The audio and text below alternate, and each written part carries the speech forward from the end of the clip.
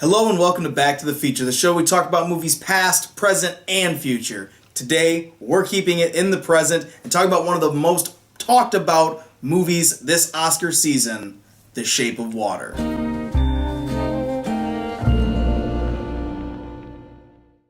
Right off the bat, guys, it has been a long time since we've been on camera. It's great to see you again. It's great you guys seeing us again. It's been a very challenging January for us, but don't worry, we will be coming out with more and more content, getting back on track here. So, all ready to say about this movie that we're coming back with, The Shape of Water. I'm a big Guillermo del Toro fan. Yeah, so am I.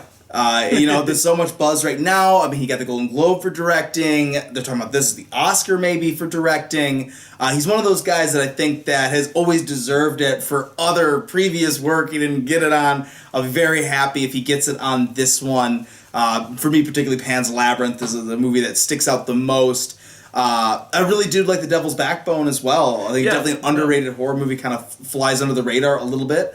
And I honestly liked a lot of elements in Crimson Peak as well. Yeah, so did I. There was some things visually he did there, but this is top notch, I think, all the way through, especially from the visual standpoint. Oh yeah, if he won Best Director, he deserved it for this film. And like Pan's Labyrinth, too, that was a foreign language film. So I mean, like with the Oscars, there's some of that muddy water there, because it was nominated for Best Foreign Language Film, I believe, right? I think so. And I think that's kind of like one of the few categories that it could get into. But if you want it for this, it definitely is one of the better directed films to come out this year. It's set in the 1960s, and I always like movies set in time periods like that, just to see how vast the scale of the film that can be pulled off. Just with everything that goes into it, like production design and just like the set pieces and the world building and all that stuff. And this movie is fantastic. But just like some of the stuff, like the opening title, or the opening sequence. Oh, yeah. There's the underwater. The underwater and kind of in reverse. That's just some impressive direction. I knew I was in for a treat right out of the gates.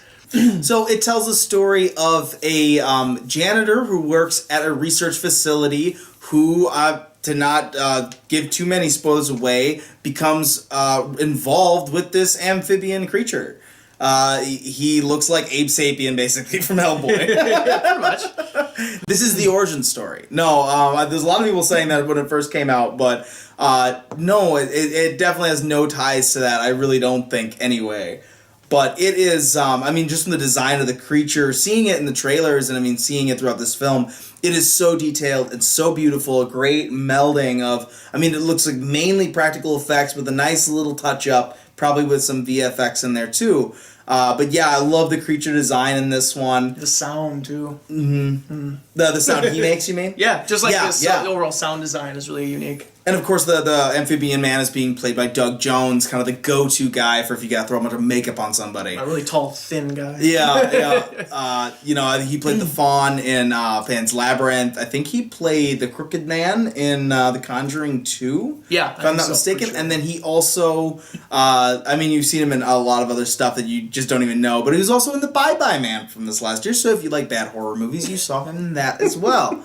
But this is a much, much better movie than The Bye-Bye Man, and a really good performance by him. I think that all these guys that do that kind of work, I think they always need a little bit of extra recognition, because that has to suck. For sure. There's no way that isn't just, especially for an actor when you're trying to express, having all that on your face. Skin-tight suit underwater for hours and hours and hours. Not only that, but sitting in makeup chairs for extended periods of times too. Yeah. But yeah, I thought that the creature design in this was really good. I know they took a lot of influence from Creature of the Black Lagoon, and I love too the little tiny reference in there that they found it in South America, which, as you guys know, is where the Creature from the Black Lagoon is from. So I love that little nod. Guillermo should be making the Dark Universe movies, and hopefully we can retroactively make this one of them. Because it really is exactly what that should have been. If you wanted to make a sympathetic movie and make a dark universe where we care about these characters, this could have been that movie for the the movie that you don't think would work. This could actually have been the movie that worked to make a dark universe and to make a Creature of the Black Lagoon movie instead of Tom Cruise's a mummy guy. I love the originality to it, though. Yeah, totally. And Guillermo del Toro, he's just such a damn good director. And going into it too, you knew the practical effects were going to be standouts. And then just some of the gore too. Like there's some gore in this film, and all of it is just like, oh, just like the practical effects, really, really, really well done. There was a couple things mainly centered around Michael Shannon's character that really grossed me out. Speaking of Michael Shannon, too, he's just one of my favorite actors, and he is just he's so good in this movie. He's one of my favorite actors, like not just performance-wise, but just personally. He's got one of the most interesting personalities. I would love to check out his socks and pick his brain. He just seems like such an interesting guy and can play such a wide variety of characters. It was really cool seeing him be like the bad guy. Which I think we don't quite see as much anymore, but he is so versatile. He is very versatile, but like he also like his rage and like the things he really goes all out in this film, but he shows a lot in this. I know Shannon does a lot of like subtle acting, a lot of that more just more like subtle, quieter, I think, for the most part. But like this one, he's really out there with his character. I mean, there's some subtle things too, but like some of the outbursts in this and just like his diet, some of his monologues and things that he does is really disturbing. And just a lot of the subtext revolves around his character in this film too. I think that it's another great performance by him. Great performances all around. Oh yeah, totally. And even for people who we're not quite as familiar with, like Sally Hawkins, who I'm not, is a lead in this film, and I think she does a really good job. She's playing a character who is mute, not deaf, but she's mute, cannot speak, but can hear. And it's a really interesting approach to the character, her having this thing, like, especially the music, and that being kind of this tying thing between her and the creature, where she can't communicate verbally, and neither can he, but they can both hear this song and connect. And it's a beautiful, like, notion of what this movie is trying to say, and all these different storylines and subplots all kind of reaching back to this same theme. And I think that Guillermo really ties them together so well. And in ways that are realistic and subtle, but still enough where anybody sitting in the audience gets where this movie is going, what it's trying to say. There's also some really good supporting actors in this. Octavia Spencer, who I think a lot of people know as being a character actress who's really worked, I think, very hard over a long period of time, and she's someone I think that is always consistently so fantastic. I think last year she got a lot of recognition for Hidden Figures, which is a great movie and great vehicle for her. And I think that this movie she does a really good job in. She doesn't have a huge role, but every time she's on screen, she's really, really good. I mean, I would say she's got a fair amount of screen time, though, and she's got a lot of range in her performance, too, because she is kind of the comic relief, but she also is, like, that perfect best friend. And then there is some really, like, intense moments of drama that she delivers, too. To me, she's the moral center of the film in a lot of ways. Like, where... Like, because what Sally Hawkins' character is doing isn't necessarily, like, you know what I mean? She's still doing some things. So, like, really, in a lot of ways, Octavia Spencer's character is really kind of the moral center of, like, the whole thing, and the way that she interacts with characters, from Sally Hawkins' character to the creature itself, to Michael Shannon's character, to her own husband in one scene. We get a really good feel for who this character is, I think, with really, in a lot of ways, kind of only a little bit of real work. That we really get this character. She does a great job of elevating that performance. And then, of course, the guy that we've seen through the last couple years now is just that guy. That guy. Michael Stuhlbarg. I want to say Stuhlbarg. I remember seeing him, I think, in Arrival. And then he was in Fargo season 3 last season. He's in 3 of the films that have been nominated for Oscars. Call Me By Your Name, this film... And he was in The Post. The Post, yes, he was in The Post. So that, he's just sort of shows up for Oscar Contenders. He's doing really well. Good performance in this movie. Again, I think you kind of put it in that same category of like Octavia Spencer, where they give these character actors these roles that really could fall by the wayside and really kind of be unremarkable, and really kind of put a range and a subtlety and a little in that depth of just the little things that they do as actors that make these characters seem very real and makes what they do and choose to do make a lot of sense and feels right when they're doing it. In a lot of ways. Like real people. Yeah, I mean, in a lot of ways, too, you mentioned it before the review, but like how Guillermo loves mixing that like real life elements with like the fantastical elements. Yeah.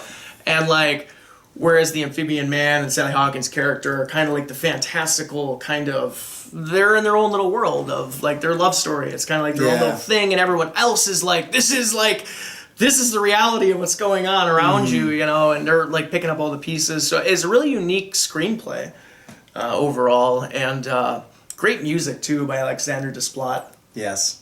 Yeah, I think when you add up all of those things, you definitely see why this is an Oscar contender, and a very serious one at that. I think it's funny that we're finally getting to this one after we've done our top 10. So, John, would it have made your top 10? Would it have cracked the list? Oh, you're asking a lot there. When you watch this movie, I think it's one of the best films made this year.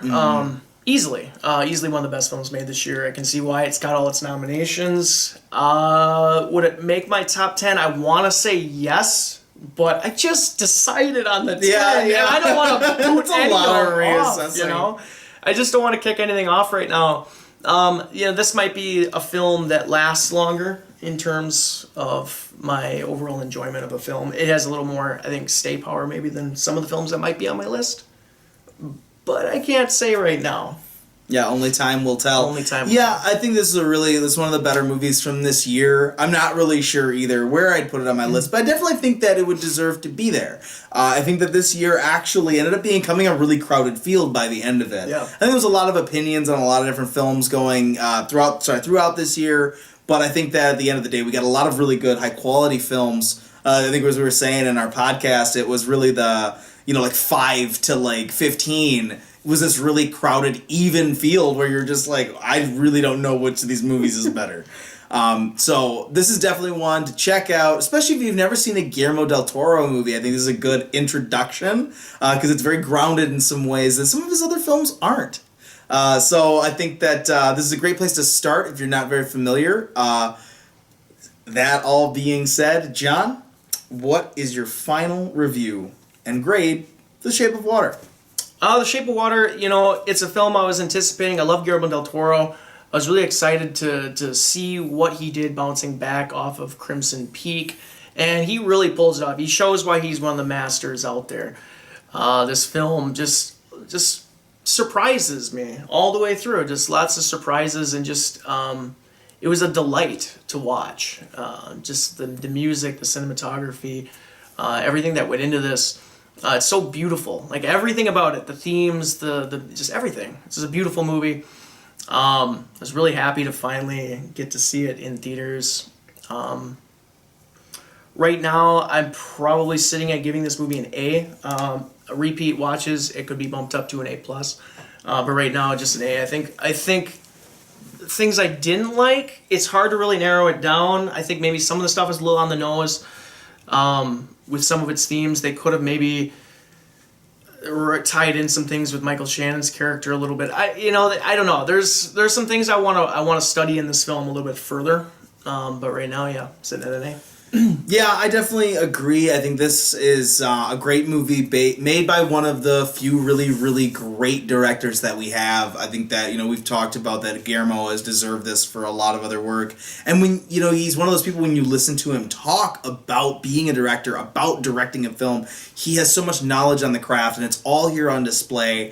For me, the big thing with Crimson Peak was he did too much, VFX and things like that, not enough practical effects, which is so crazy for him.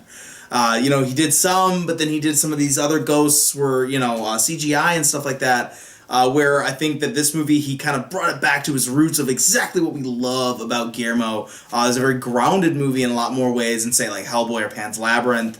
And a lot more adult, too, in a lot of the other things. It's a lot more sexual, I think, than his other previous films. So it's really great to see a guy that is a master at his craft going to work. And this is definitely a visual treat. I definitely agree with a lot of the criticisms that John had. I definitely feel like there was some things that could have just hit me a little harder, or just been a little less on the nose, or just a little more. Which is always a weird, I think, criticism to have sometimes, where we're like, well, we want just a little more. But I think that this is a movie that definitely has a lot of things going on in it, and I think it kind of begs a rewatch, and I think it's one I'm probably going to get more and more out of as I watch it. That being said, I completely agree with John's grade. I'm also going to give it an A. Alright guys, that has been our review today of The Shape of Water. If you guys haven't seen this one, go watch it, go see it, and if you haven't seen Guillermo's other work, go watch it, go see it, because it's all very good. You can find us on our Facebook at /BacktoFeature, and you can find us on our Twitter at BacktoFeature. I've been Giovanni Carlo. And I'm John Vandaloo. And we'll see you guys next time. Where is it? Sit down! Finish the job, son. Eliza, honey, he's coming for you.